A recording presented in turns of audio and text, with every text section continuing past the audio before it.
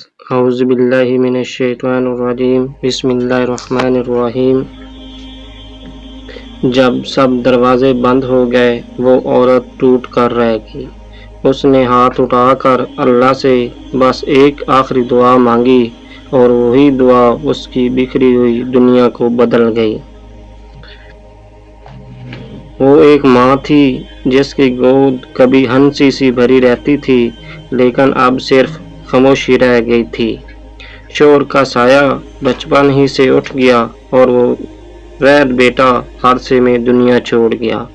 لوگوں نے کہا یہ عورت منحوس ہے، کوئی ہنستا، کوئی تانے دیتا، مگر وہ صرف خاموش رہتی۔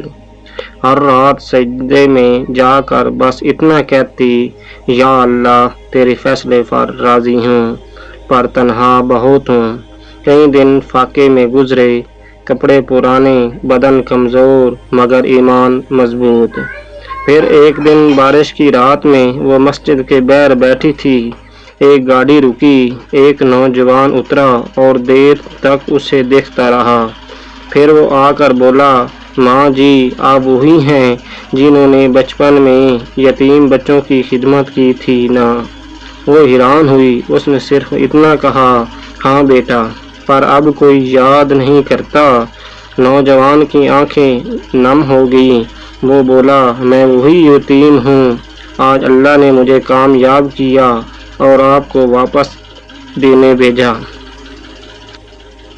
اس دن وہ عورت ایک محل جیسے گھر میں گئی اور صرف اتنا کہا، میرے رب نے دیر کی مگر انصاف ایسا کیا کہ صبر کی قیمت سمجھ آ گئی۔